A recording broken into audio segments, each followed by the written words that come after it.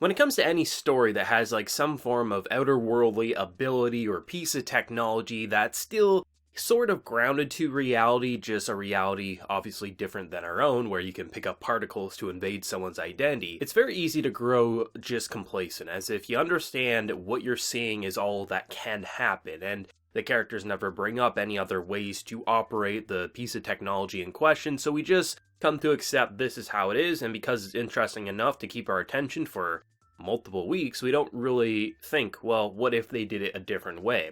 So this week's episode, with having Anado as well as Sakato both jump into the same well, immediately when they brought up the concept, I thought to myself, that feels so wrong, but also so interesting, all wrapped up into one. But when you're really pushed against a wall where it kind of seems like everything's falling apart before your eyes, it totally is believable that these characters would try something that is both incredibly risky, because what they're risking is obviously criminals in their eyes, but also they need to solve the answers and questions, and the person that apparently is behind this atrocity, they need to go inside his mind, really see what's happening, and to see arguably one of the most boring wells that we've seen to date. It's literally just a desert. It's desert as far as the eye can see. I would actually argue is one of the more interesting episodes of Invaded to date, because there was some twists I definitely wasn't seeing coming. Especially seeing, yet again, another well diving within a well, and how that's clearly a trap, and the entire message of this episode was the more you struggle to get out of a trap, the harder it's going to suck you in. It starts with quicksand, and it ends with him jumping into apparently Kiki's well. And that's not going to go over well, we can definitely see. This episode was really interesting for the sole reason that not only just combining two very different characters who, yes, are brilliant detectives, but have very different ways about looking at the world and how they would solve crimes.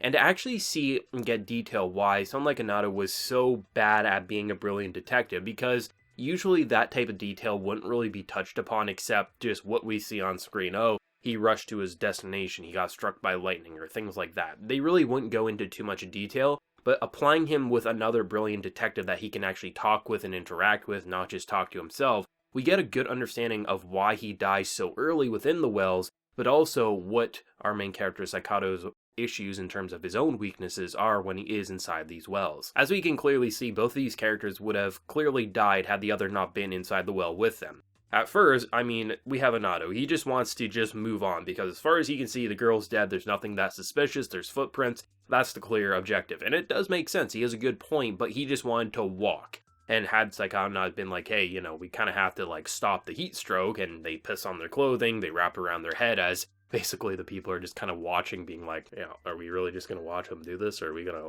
look away or something? That shit cracked me up. But that moment right there is pretty much a highlight of he's very rash. He doesn't think things through past maybe the basic objective.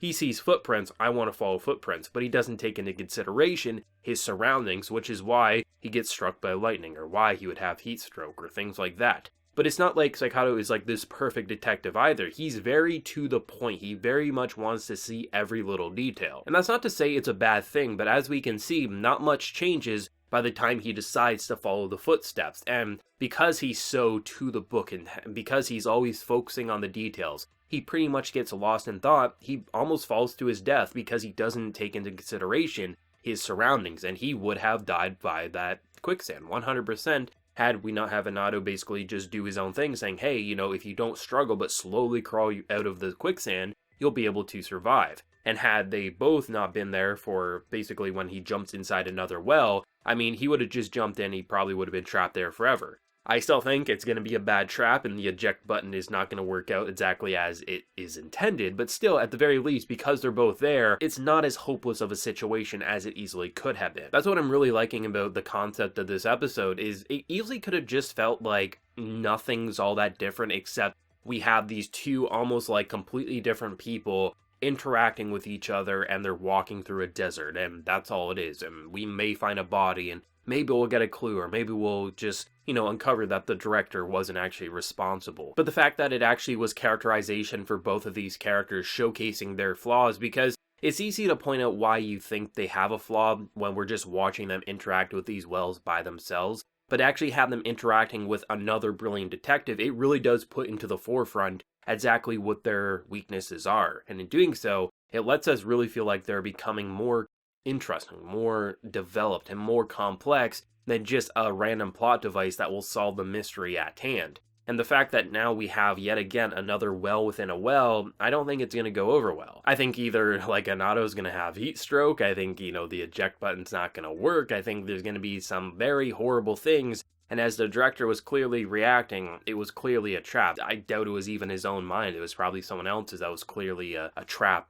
laid out for them or something like that. It's just, it feels like everything was going so according to plan to then immediately realize that nothing was ever going according to plan. And the best part of this episode was just seeing the characterization on these two basically criminals by the way of the public, and yet at the same time, everything is falling into place for the antagonists of this show, and that's kind of amazing, I have to say. Usually the wells are very visually complex. Of course, we've had our fair share of sky settings where it is just the sky and a building in the sky, or basically the buildings being ripped apart, but overall the wells have been very complex, and here all we have is desert. So there isn't a lot that they could really do for the visual department, but I think they definitely got across that atmosphere that it's very hot, it's humid, they're gonna have heat stroke. And the fact that, the sand was actually used as, actual plot device for this episode. Both the footprints to follow someone, the quicksand in terms of a trap and, showcasing why certain characters are better in certain situations than the other. It did feel like, even though visually I would say it was the most boring setting, I don't think that boring setting was a bad thing. I actually think it's a positive for this episode. Had this episode not done anything for the main plot or the characters' development or showcasing why they act in a certain way,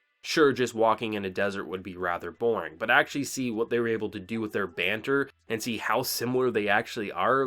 It's nice to see these characters not in their normal world where they can actually be themselves before they went insane, or just see them in a more peaceful state. They actually became pretty good friends in a short walk to basically find a body that they all laugh at just hysterically because they realize, what else was going to happen? This dude stole our watches? What was the point of this, right? Something that I've come to really love about this show is that even if a character's done very, very bad things, the fact that you're putting them inside a situation where they get to become who they once were, someone who's a lot more of a normal person before they got a drill in their head or they killed their family's killer, things like that. It's really nice to see how they would interact had we started the show off with them before they completely lost their marbles, whether willingly or unwillingly. I think this show has a lot of possibilities for just really good development in terms of just character relationships, and imagine if both of these characters got out of this well, and I guess a well within a well, safely. What would they think and how would they act towards each other